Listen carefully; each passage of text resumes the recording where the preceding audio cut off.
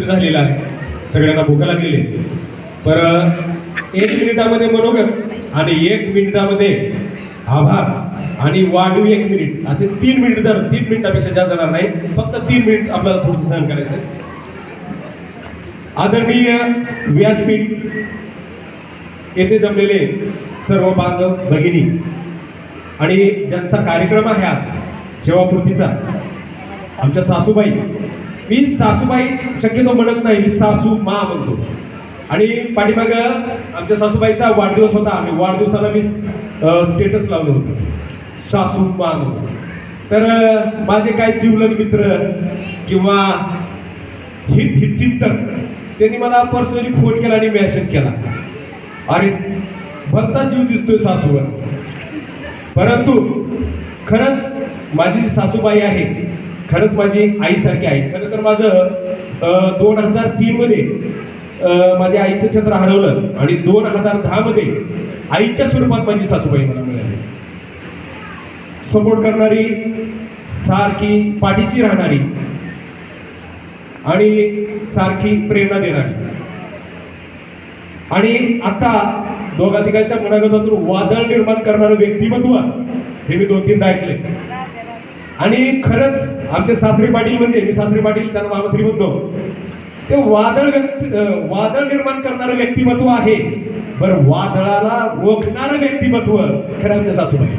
कारण वादळाला रोखायचं म्हणजे त्याच्या पुढचं वर्जन पाहिजे आणि आमच्या सासूबाईकडे.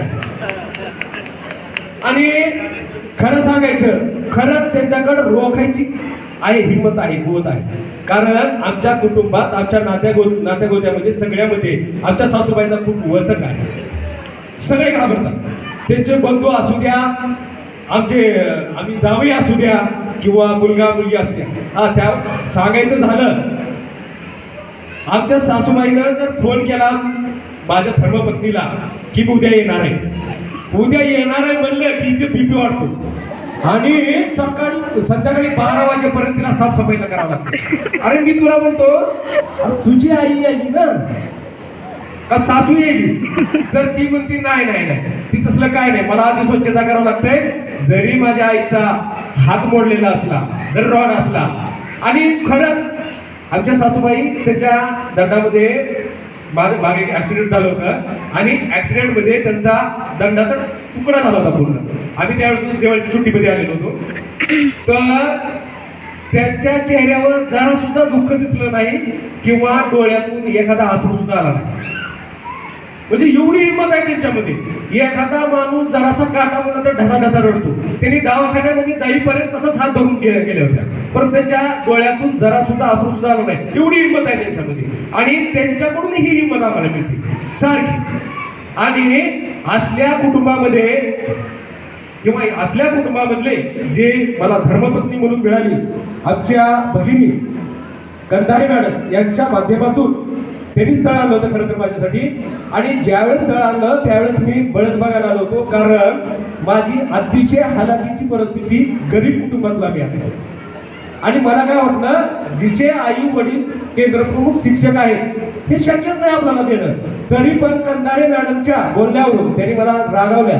त्यांच्या रागवल्यामुळे मी बघायला आलो आणि बघितल्यानंतर ह्यांची माणुसकी, ह्यांची दूरदृष्टी, मी तर म्हणतो दूरदृष्टी म्हणूनच मला त्यांनी दिली मुलगी. ह्यांच्याकडे दूरदृष्टी आहे, मनाचा मोठेपणा आहे. परंतु जरी त्यांनी माझ्यावर एवढा विश्वास टाकला, बरं विश्वासाला मी कधीच तडा जाऊ दिला नाही. माझं कुटुंब अतिशय सुखी कुटुंब आहे आणि बऱ्याच कार्यक्रमामध्ये मला आदर्श पती पत्नी म्हणून बरेच आमच्या नातेगोत्यामध्ये म्हणलं जातं. तर असं सांगायचं, आता कसं आहे, मिनिट वाढणार आहे, थोडंसं रोखतं घेतो आणखी. तर एवढं यांचं मनोगत, माझं जे मनोगत आहे मनोगताला थांबतो आणि आभाराकडे वळतो थोडासा.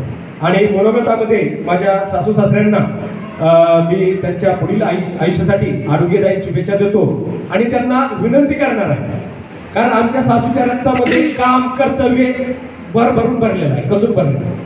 तर मी त्यांना विनंती करणार आहे की त्यांनी आता थोडी विश्रांती घ्यायची आणि नातवासोबत राहायचंय. त्यांच्यासोबत हितगुज करायचंय, त्यांना घेऊन फिरायचंय, त्यांना गोष्टी सांगायच्या. गोष्टी तर मला वाटलं नाही आज सांगितल्याच नाही आमच्यासोबत. फक्त प्रेरणा असती, मोटिवेट असतील लेकरं, आणि त्यांच्याच मोटिवेटमुळे माझे जे दोन्ही लेकरं आहेत आज जे राज्यामध्ये प्रत्येक परीक्षेमध्ये राज्यात टॉप 10च्या आतमध्ये माझे दोन्ही मुली असतात, त्यांच्या प्रेरणामुळे आणि मार्गदर्शनामुळे. असो, आता मी इकडं आभाराकडे वळतोय.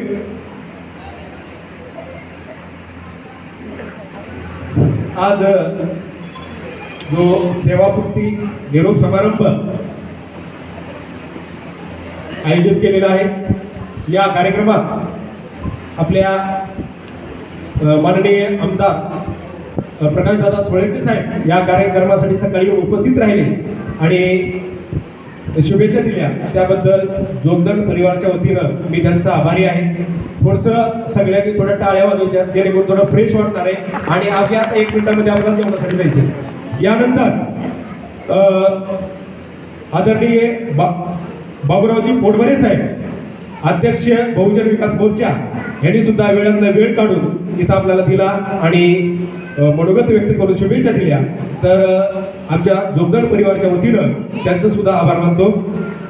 यानंतर आदरणीय मोहनदादा जगताप साहेब, व्हाईस चेअरमन सावरगाव, हे सुद्धा कार्यक्रमासाठी उपस्थित राहिले, शुभेच्छा दिल्या. त्याबद्दल जोगदंड परिवाराच्या वतीने आभारी आहे. त्यानंतर आदरणीय मोहनराव काकडे, उपशिक्षणाधिकारी, जिल्हा परिषद बीड, हे सुद्धा कार्यक्रमासाठी उपस्थित राहिले.